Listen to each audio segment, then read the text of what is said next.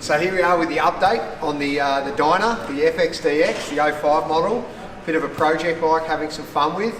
So we've bolted in the Ktech Razor Shock, and it's without doubt the biggest suspension improvement I've ever made on any motorcycle. Now, you could say we're starting at maybe a pretty low starting point with a Harley, and it also had an aftermarket shock in it, which was lower than standard.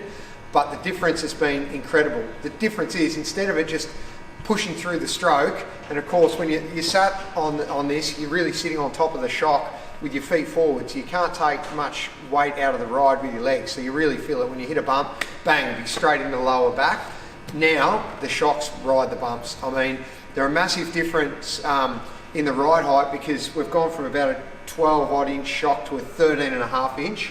I chose quite a longer shock. Standard, the FXDX ran a longer shock anyway, so you're given a lot more ride height. These shocks, so straight out of the box, I believe they come with a 32 Nm spring. I've gone a 37 Nm spring straight out of the box, which is a little bit firmer. The standard suspension clickers were set at 16 out from all the way in on rebound, 14 out from all the way in on compression, and I found that nice, plush, a lot more support than what was previously with a more standard like shock. But I've actually gone in a couple of clicks just to firm it up a little bit, because I like to give it a bit of a push, so I like that extra support. And to do that, easy to do, roadside, just 1, 2, 3, 4. I went up on comp and in 4, closer in 4 on rebound, so really easy to adjust.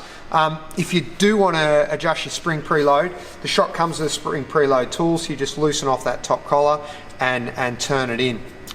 Really simple to do. Now, this out of the box came with 90mm preload on that spring, and we bolted these in and I sat on it, and my rider sag was 31mm. You want about 30mm, so straight out of the box the thing was spot on. If you want to go more ride height, you've got 10mm adjustment here, loosen off the lock nut, and you can extend that shock another 10mm if needed. But at the moment, the combination of a longer shock and more support, it's made a huge difference to the ride height. The bike sitting up higher at the back, turns into the corner so much better, rides the bumps better, but of course now it's also put a lot more load on the front end. So the stock forks in these are a shower, and they're fully adjustable with compression, rebound, and yeah, compression and preload. So I've wound it all the way up, but you know, the front end now is far from ideal with all that extra support in the back. So next thing will be, we'll look at the front and then see what we can change there, to give them a service to start with, and we'll have a look at some Ktech internals to see what improvements we can make there. But straight up, the shock, the difference has been absolutely incredible, and it's certainly made it a lot more fun to ride. So guys, I've popped back to the Ktech Australia Head Quarters to give a bit of an update on the FXDX project. So I've just ran you through how the new Ktech Razor shocks work, which the difference between this and what was on it is chalk and cheese. It's immeasurable how much better it's been. But while we're down here, the boys got a handful of suspension here just to compare and have a look. When I was wondering a bit, how could it be so much better? So these are the shocks that came out of the bike. Now this rebound is fully off, so fully off, no spring there. Let's just see. Yeah, so she's that's with the rebound fully off.